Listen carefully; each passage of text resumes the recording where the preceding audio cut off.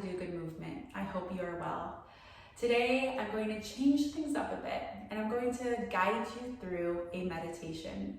And this is a family meditation, so it's open for children of all ages, as well as parents or grandparents, cousins, and friends to come together to take a moment to sit, to be still, and allow yourself to reflect.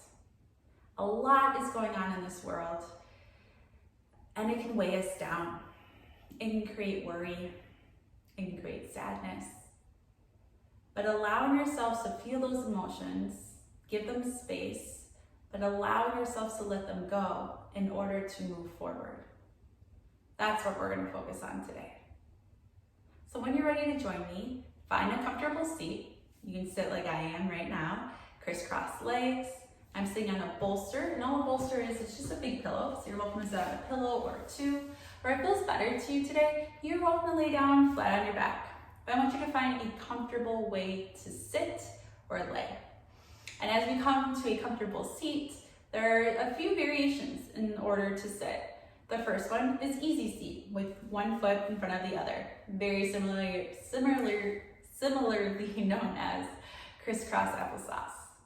A second way to sit in yoga is half lotus. So when you sit like this, you can grab one foot, we lift it up, and then you rest it on top of our other leg. And if you're sitting on a pillow or a bolster, you're just giving yourself some support to sit up nice and tall. That's our focus when we take a comfortable yoga seat, is finding that strong spine, lifting up tall, letting your hands rest onto your legs. If you're laying on the mat or on your back, just lay nice and long, let your arms rest next side of your body with your palms facing up. But if you're with me in the seated position, we're going to focus on lifting up from the very top of our head, so reaching up to the sky. Now with your hands resting on your legs, we're going to go ahead and let your thumb and your pointer fingers come to rest. This helps to create groundedness, helps to remind us to be here in this moment.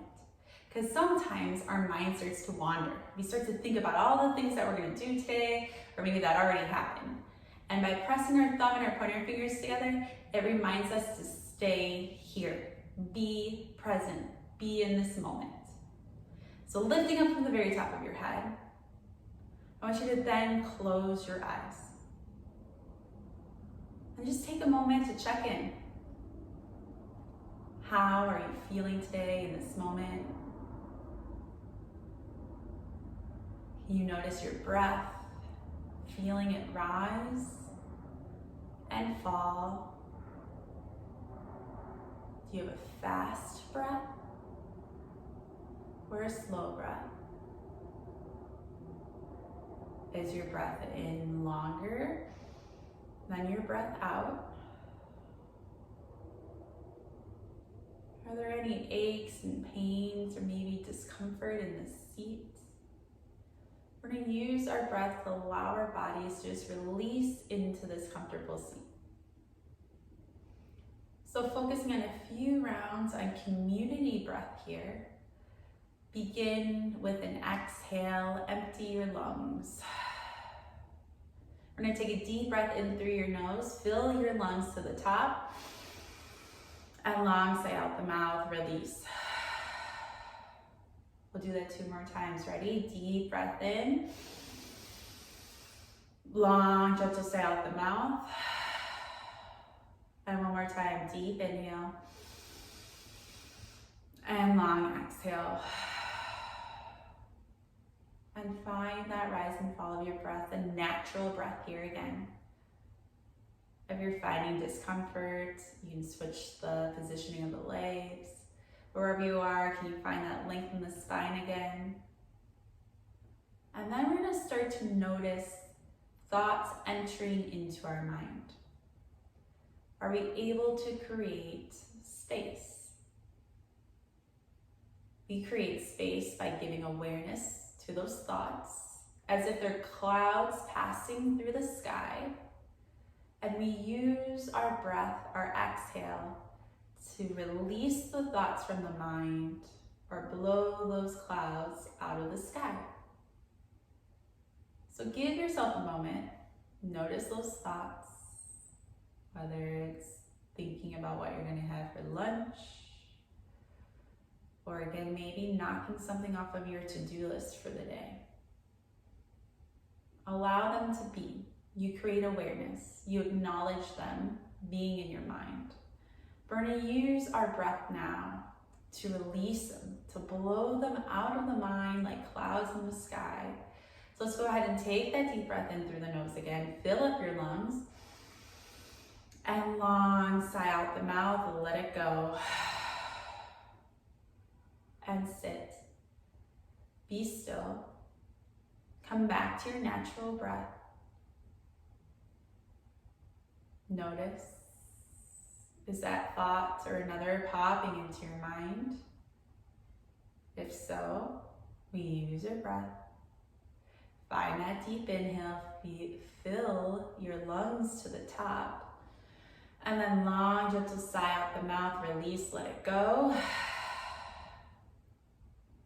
And sit. Be still. Notice the thoughts. And if you need to again, reconnect with your breath. Find that inhale through the nose, fill the lungs, and long sigh out the mouth, release. Allow yourself to just be, focusing on only that rise and fall of the breath. Your inhale, filling the lungs, your exhale, emptying. Noticing any thoughts around you, but then again, coming back to your breath. Focusing on the inhale and the exhale. Be here now. Be in this moment.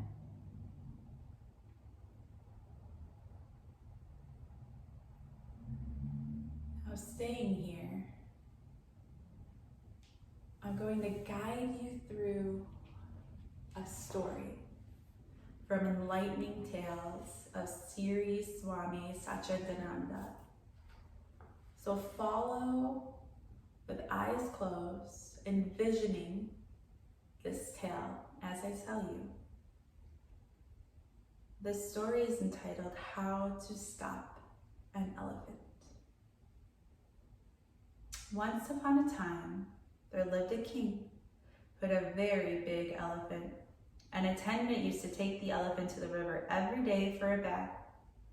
Normally, when an elephant walks, it is restless, and with its trunk grabs all kinds of things that it sees on the roadside.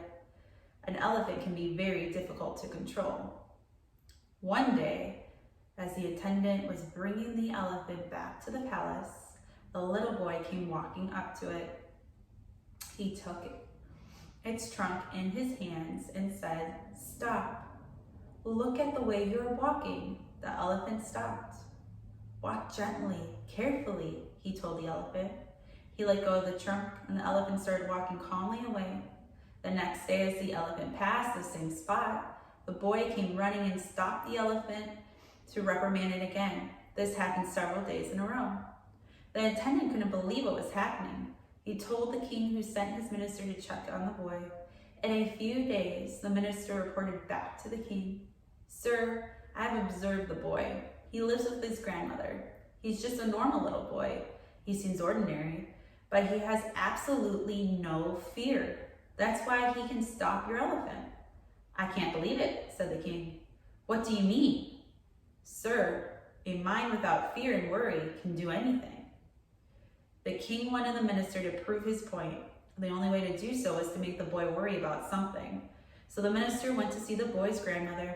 After learning from her that the boy was allowed to do anything he wanted, the minister asked, "Has he ever asked for anything and been refused?" "No, I've given him everything he's ever wanted. He is just a happy-go-lucky boy." "Is he afraid of anything?" "Nothing at all." The minister had to prove his theory to the king, so he said, "All right, when your grandson comes home today, give him the usual food, but add less than the usual amount of salt. If he asks about it, tell him that you didn't have enough money to buy salt, so you had to be sparing with what you have left." The grandmother said, "If that's what the king wants me to do, I shall do it. That evening, when the boy came home, the grandmother served his supper right away. After a few bites, the boy said, "Grandma, what's wrong? The food's not tasty today." The grandmother repeated what the minister had told her, and the boy said, "Okay, grandmother, I will get you some salt." He ran to the shop and asked the shopkeeper to give him a little salt. The shopkeeper explained that he couldn't give him salt without receiving money in exchange. "Where can I go get some money?" asked the boy. "You have to go work for it." "I don't know how to work." "Then you can't get any salt." The boy returned home a little depressed. "Grandma, I don't know what to do. The shopkeeper wants me to go to work and get money before he will give me some salt. I don't know how to work." "All right, sweetheart," said grandmother. "It doesn't matter. Go to sleep. We'll talk about it tomorrow." The boy went to bed, but he couldn't sleep at all that night. In the morning, the elephant came as usual, and as usual, the boy went to stop the elephant, but he couldn't do it. The elephant pushed him aside and walked off. All the young fellow had in mind was, "I can't get a little salt for my food." That one small worry was enough to take away all his strength. Never worry about anything. Worry doesn't bring any benefit to anyone. On the other hand, it saps your energy and takes away whatever capacity you do have. Instead, remain calm and peaceful, and you will always know what to do. So taking a moment, envisioning the worry that is holding on to you, whether the worry of finishing the school year, the worry of the unknown. And as if that worry came and presented itself to you in the shape of the elephant, allow yourself to show compassion to the elephant, to show kindness to the elephant, to be gentle, non-judging. So that way, that worry doesn't hold you back.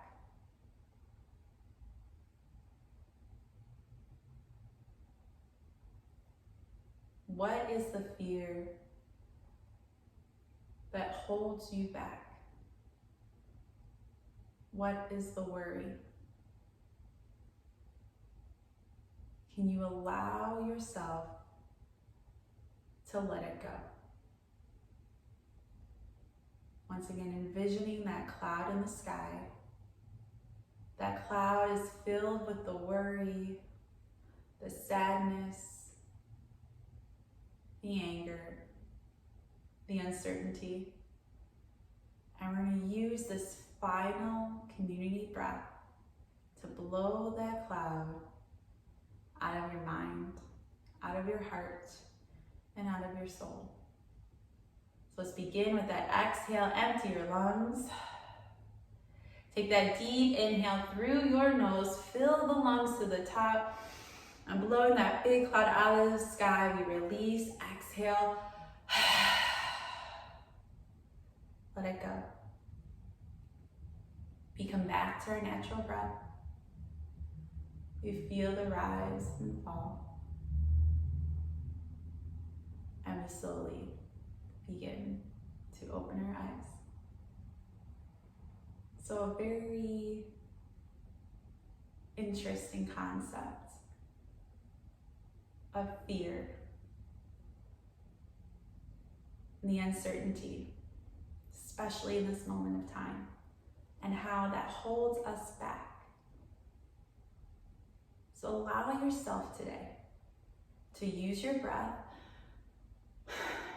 to release the fear, release the worry, release the uncertainty, so that way you have the power and the control to move forward. So my friends, I leave you with that today. And ending our meditation, our practice, hands to heart. Namaste.